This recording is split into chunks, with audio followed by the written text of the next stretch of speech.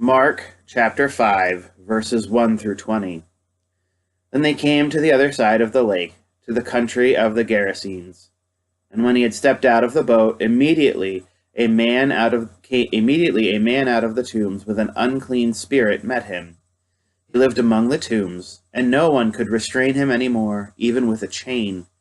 For he had often been restrained with shackles and chains, but the chains he wrenched apart, and the shackles he broke in pieces, and no one had the strength to subdue him. Night and day among the tombs and on the mountains he was always howling and bruising himself with stones.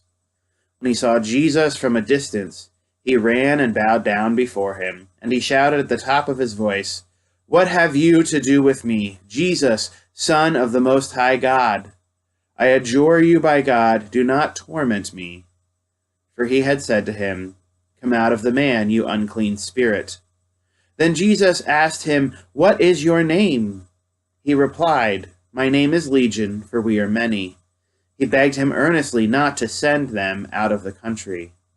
Now there on the hillside a great herd of swine was feeding, and the unclean spirits begged him, "Send us into the swine, let us enter them." So he gave them permission, and the unclean spirits came out and entered the swine, and the herd, numbering about 2,000, rushed down the steep bank into the lake and were drowned in the lake. The swineherds ran off and told in the city and in the country.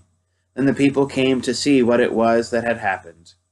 They came to Jesus and saw the demonic sitting there, clothed and in his right mind, the very man who had had the legion, and they were afraid.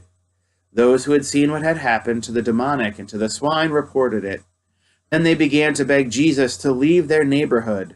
As he was getting into the boat, the man who had been possessed by demons begged him that he might be with him.